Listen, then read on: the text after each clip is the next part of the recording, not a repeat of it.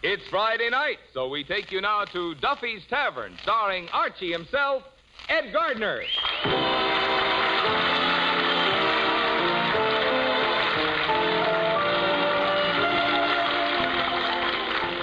Duffy's Tavern is brought to you by Bristol Myers, makers of Vitalis and Minute Rub, two products that will pay you to remember.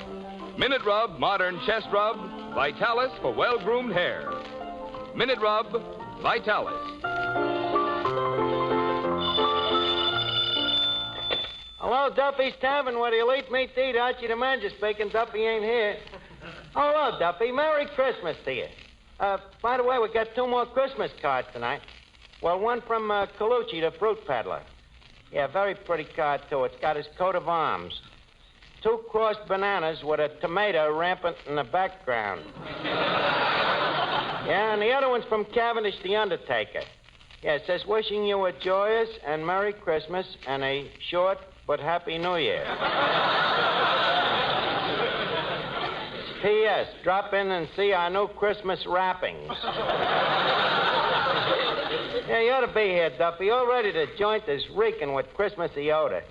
Yeah, we're even putting on a show tonight, the Christmas Carol. What's an old play by Charles Dickens? Dickens, as in go too deep. You know, the guy's a very famous writer, Duffy. He wrote David Copperfield, the Picnic Papers. That other one about the dame, you know, Oliver's Twist. Well, look, Duffy, I'm busy now. I got to rewrite the Christmas Carol. Yeah, well, I got to fix it up, you know. Some of the grammar is a little old-fashioned. I'll call you back, Duffy. Merry Christmas. Okay. Hey, Eddie. Yes, sir? Look, it's Christmas. Why do you say we kind of infest the joint with a little Christmas flavor?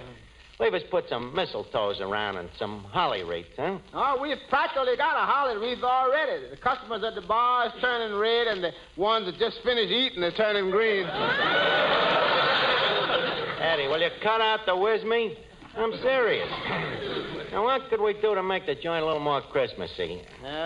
We could get a nice snow effect by whitewashing the sawdust. Yeah, that's a good idea. Sure, and I could trot around under the table with a little cask of brandy tied around my neck. Yeah, that'd be cute, like one of them St. Bernstein dogs.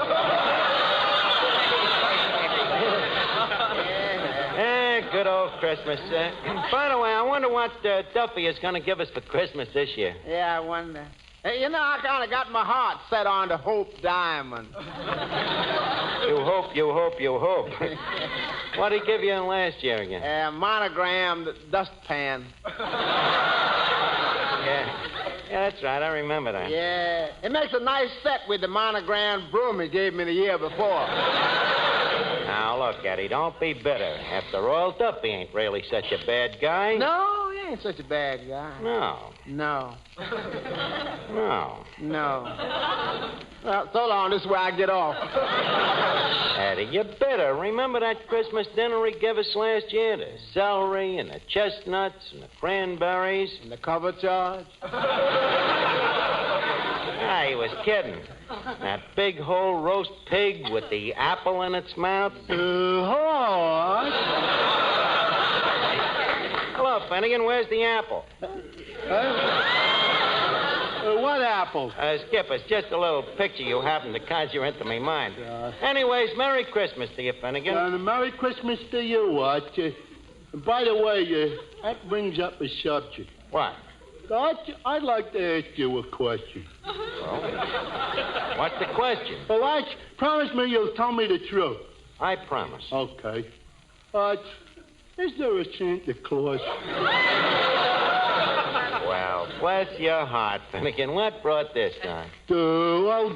I was over to Macy's this morning, and on the 5th floor, there was a tall, skinny Santa Claus, and I get down to the 3rd floor, and there's a short, fat Santa Claus.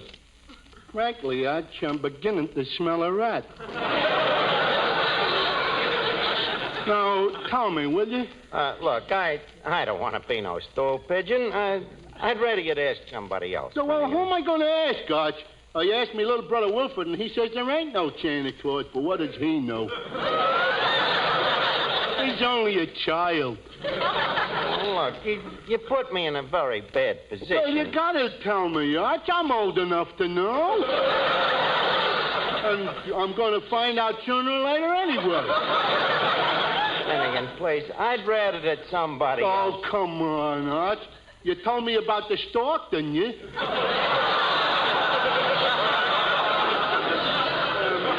Believe me, this is important to me. Well, why? Why is it so important? Well, I ain't smart enough to keep a job. I can't read. I can't write. I don't like girls. If there's no Santa Claus, what have I got to live for?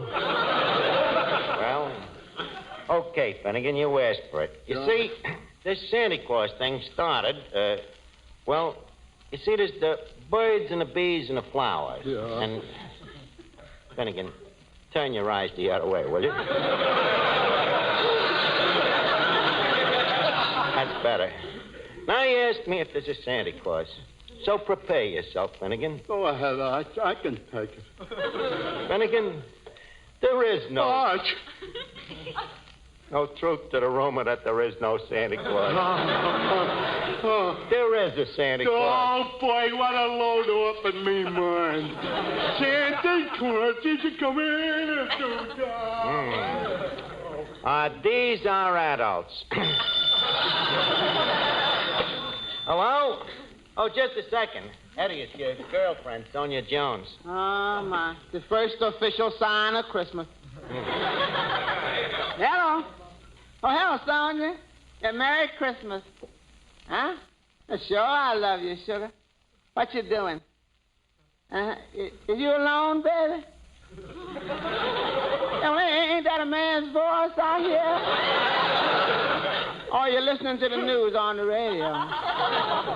Sonia, how long has Gable Heater been calling you honey?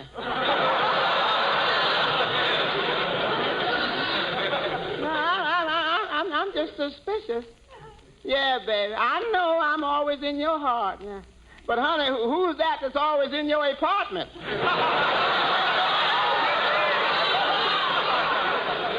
Huh? Well, Merry Christmas, honey. Yeah. By the way, extend the season's greetings to Gable Heater for me. That's bad news tonight. Look, Eddie, why do you let that Sonia kick you around like this? What are you, man or you mouse? Pass the cheese. Say, Archie. Oh, hello, Miss Duffy. Hey, what's the matter with you today? Why? Well, you look even more battered than usual. Yeah, and that's just the way I feel. Gee, Archie, those department stores are terrible. You try to get near a counter and you take your life in your hands. They push you around, tear your stockings, step on your toes, gouge your eyes out. Well, what were you trying to buy? Nothing, I was just browsing. Well, that starts our conversation this evening on a nice idiotic basis. Yes. Yeah. Oh, incidentally, I hear you're going to put on a Christmas show tonight. Yes. Well, needless to say, you'll want me to sing. On the contrary, equally needless.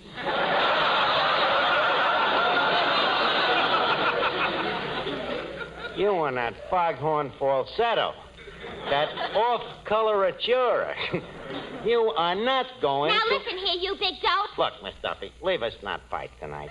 It's the Christmas season, and I'm in too good a mood. In fact, I'm so happy, I'd like to kiss you. Hmm? Blindfolded, of course. Okay, you can sing in the show. Mr. Melnick. Yeah, Look, we're going to need some Christmassy background music for the show tonight. Are you equipped? We're loaded, Jackson. In what way, Phil? How are you loaded? I got a kid named Robert Maxwell that's murder on this Christmas stuff. A harp player. Harp player, huh? Good idea. Duffy will love it. It's his native music. Okay, we'll put the kid in the show. Say, Archie. Yes, Mr. Miller? Can you use me in the Christmas show? Well, yeah, maybe you could announce it. Give me a sample, for instance. What would you say? Well, I don't know. Maybe something like this. Ladies and gentlemen, Duffy's Tavern takes great pleasure in presenting its Christmas show, starring that famous hair grooming preparation, Vitalis. Very good. Very good. Then I suppose you had in mind a ballet, maybe, where 4 men with tight, dry scalps dance around a bottle of Vitalis? While the band plays Hair, Hair, the gang's all hair? Well, no, Archie. The orchestra would play Here, Here, Vitalis is Almost Here. Very sharp. Pull up your podium and pray continue. Well, yeah, pretty soon now, Vitalis will be back. Back to keep your dry, unruly hair well groomed. And without that plastered-down patent leather shine. Yes, pretty soon you'll be able to use Vitalis and the 60-second workout to loosen your tight, dry scalp, rout loose dandruff, and help prevent excessive falling hair. Shortages will soon be relieved. And then you'll be able to get original, genuine Vitalis, the hair grooming preparation that's been the standby of so many men for so long.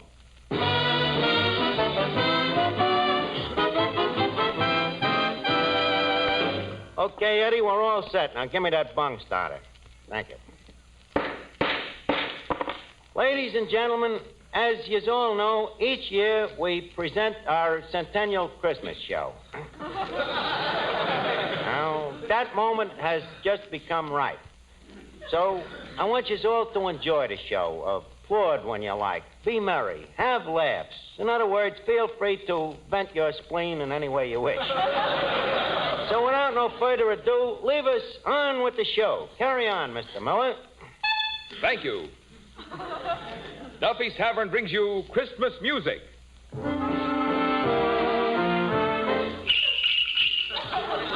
Christmas drama. But Santa Claus, suppose my husband comes home and finds you here. Christmas humor. Do you think we will have a white Christmas, darling? Well, it will if it don't rain, dear.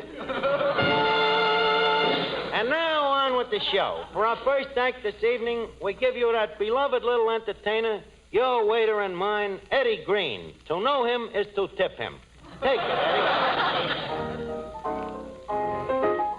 You better watch out. Better not cry. Better not pout. I'm telling you why. Santa Claus is coming. Coming on down to Harlem Town. Oh, my. And you got to find out who's naughty or nice. Santa Claus is coming with his bag full of jive, Mr. 5x5. Sees you when you're sleeping, and he knows how good you've been. So if you meet him face to face, say, solid old man, give me some skin. He's got no reindeers, they ain't got no sled, but he's on his way and he's coming instead on the act you such a freaker at the Santa Fe.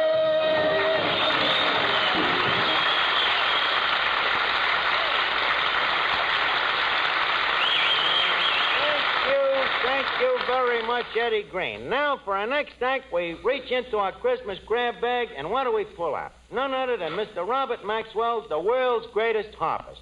Okay, Robert, take us on the Miller side with a reach-beat hubcap and send us solid with that old riff-raff sad sack, kid. Okay, take it away, Robert Maxwell.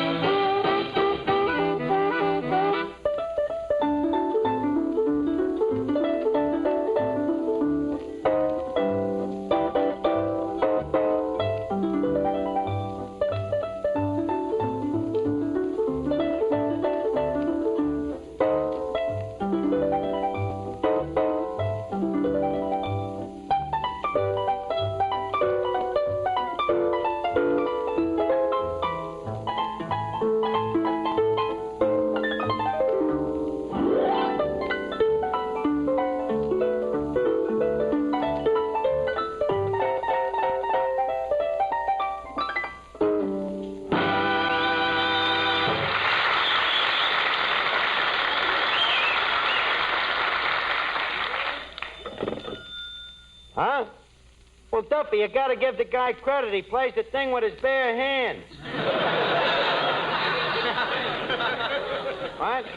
Mrs. Duffy says she would like to have a little more Christmas schmaltz, huh? Okay, boss.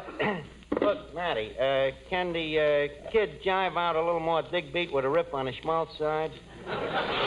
What? Oh, I see I'm talking to a square.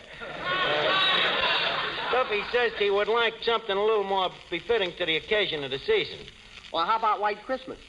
Okay, let him chop it away in a gut bucket.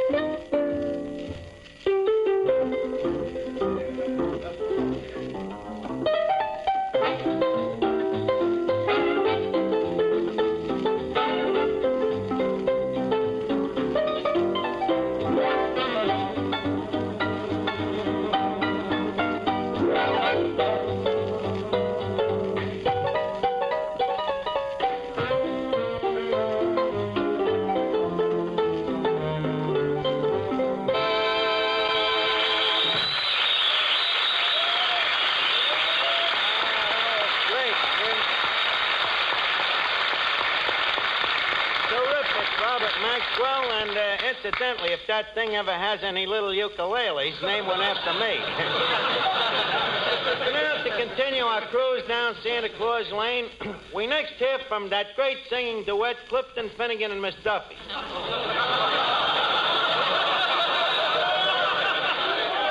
Better known as Half a Wit and a Near Miss. This is 3rd Avenue's answer to the atomic bomb. Okay, take it away. Sleigh bells ring. Are you listening? Are you listening?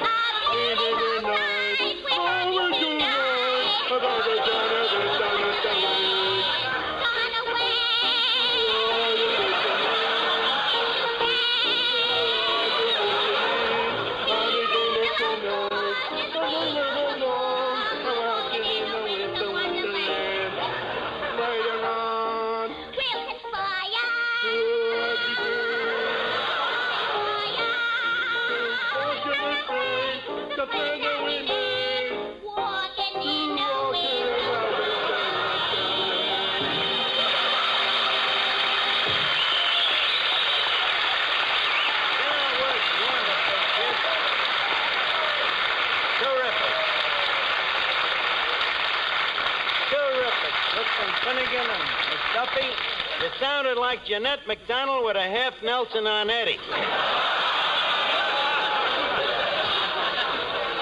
And now, we have a surprise act for you. Mr. Marvin Miller, our genial master of ceremonies, will beleaguer us with a poem. Go right ahead, Mr. Miller. 'Twas the night before Christmas, and all through the nation, people had chest colds and that stuffed-up sensation. Just a second. Wait a minute. I think I can finish that for you. With his sleigh full of minute rub over housetops and spires came Santa Claus shouting, "On, Bristol, on, Myers."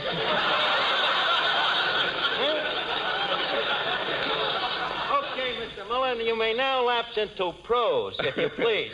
Well, just to say that Minute Rub, a really modern chest rub, is wonderful to help relieve that uncomfortable cold misery. All you do is rub Minute Rub on your throat, chest, and back, and in a minute, Minute Rub gets to work and starts to relieve that clogged up feeling in the nose and throat. Starts to bring a feeling of warmth to those tight, sore chest muscles. And because Minute Rub is greaseless and stainless, it can't stain clothes or bed linens. So get a jar of Minute Rub and get relief from annoying cold misery the modern way, the greaseless, stainless Minute Rub way.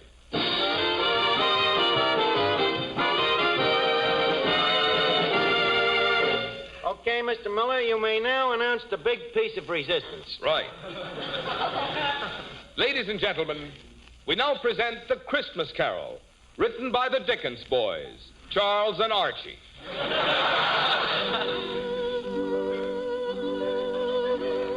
As our scene opens, we find Ebenezer Scrooge, played by Archie, preparing to go to bed in his miserable little room on Piccadilly Square. All England is agog with Yuletime spirit. But for miserable old Ebenezer Scrooge, there is no Christmas. At the moment, we find him in an ugly mood, writing in his diary. Dear diary, had a pleasant day today. Bankrupted 3 widows, foreclosed 12 mortgages, and drove 9 families out into the snow. Barefooty, of course. Oh, Mr. Scrooge, sire. Oh, it is my butler, Godfrey. What do you want, my man Godfrey? It's getting mighty cold in here. Do you think we can afford to throw another twig on the fire? Heavens to Betsy, man, you threw one on last Friday. Do you think these twigs grow on trees? I know, but it's getting cold in here. There's icicles on the window. So what, ain't you never seen icicles on a window before? Not on the inside, sire. Oh, before I forget, the widow Scratchit called this morning. Scratchit. Is, she the widow of Willie Scratchit? I mean, Willie Scratchit? Yes. She's the one you work to death squeezing limes in your lime house. She said you promised to pay her a pension of 2 pence a week. Well, get rid of her, Godfrey.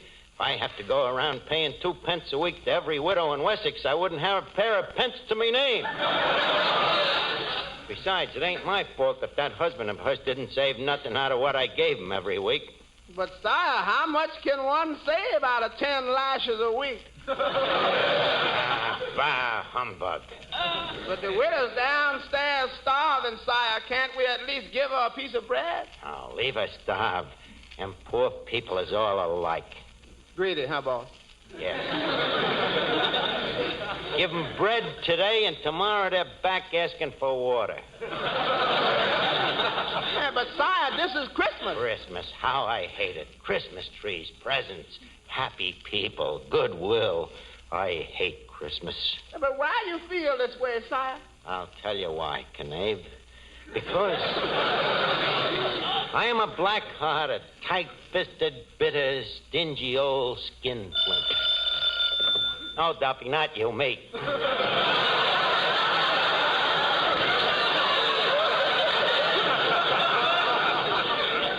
where was I? Oh, yes, Godfrey. I think I shall hie me hence to bed. Very good, sire. That's sire. Yes, Godfrey.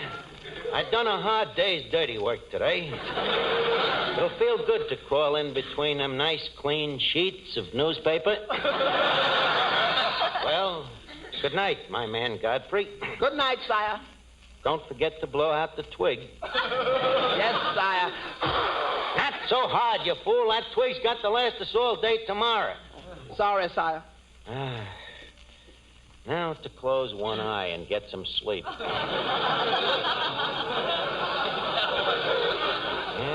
got a big day tomorrow. Got to sprinkle banana peels on the front steps of the old lady's home.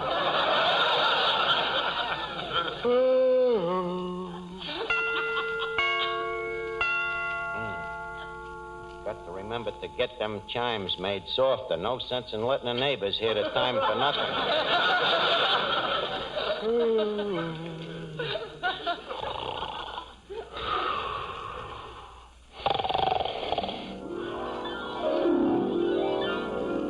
Ebenezer Scrooge. Ebenezer Scrooge, wake up. Who's calling me? Who are you? I am the spirit of Christmas. Bah, humbug. I have come to show you the suffering that your stinginess is causing. I'm going to take you to the house of the widow Scratcher. The next voice you hear will be that of the widow Scratcher herself. Oh, Tiny Tim. Tiny Tim. Coming, Mother.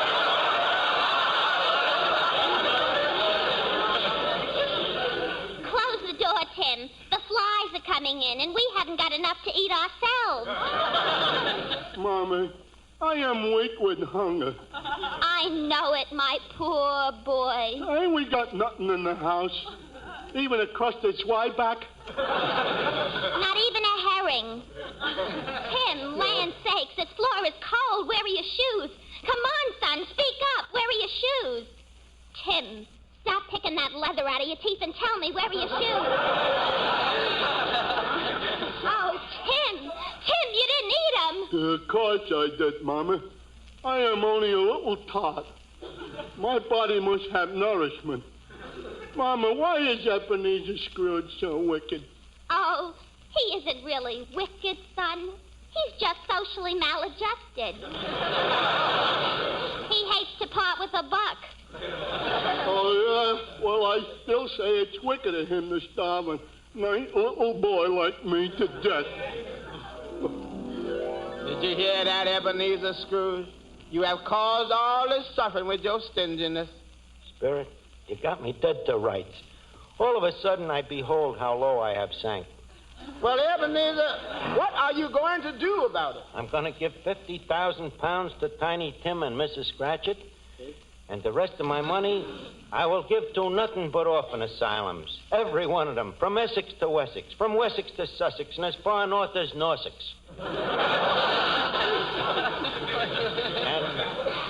I want to thank you, Spirit of Christmas. You have lighted up the way for me.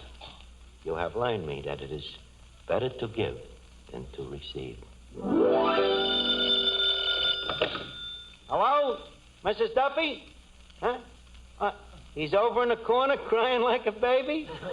Oh, get him over to the phone. We'll try to cheer him up. Come on, let's see. Sing him a song, huh? Yeah. Hello, Duffy. What? Stop crying, will you? Well, I know, and we love you, too, but Christmas ain't supposed to be sad. Duffy, cheer up. It's Christmas is supposed to be gay. It's holly wreaths and Santa Claus and Prancer and Dancer and Dunder and Pilsner and...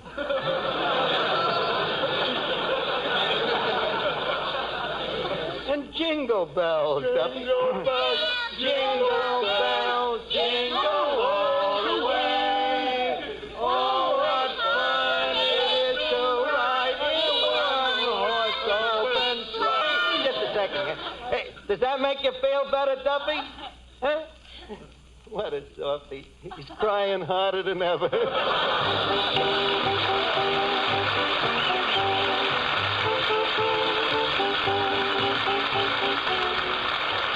now, ladies and gentlemen, it's time to leave Duffy's Tavern for this evening, but let's meet here again at this same time next Friday night. In the meantime, if you have a cold, remember Minute Rub. And for well-groomed hair, remember Vitalis.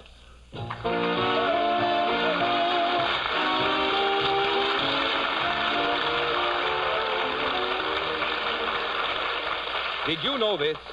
The Egyptians of long ago shaved themselves with seashells. Yes, and shell razors must have been mighty hard on a man's face. Of course, even today with the most modern razors, shaving can still be painful for men with tender faces. But now there's Ingram shaving cream. That rich Ingram lather helps condition your face for the razor. You enjoy cool, soothing shaves. You better try Ingram yourself. Remember, comfort means coolness. Coolness means Ingram. I-N-G-R-A-M. Ingram, the cooler shaving cream.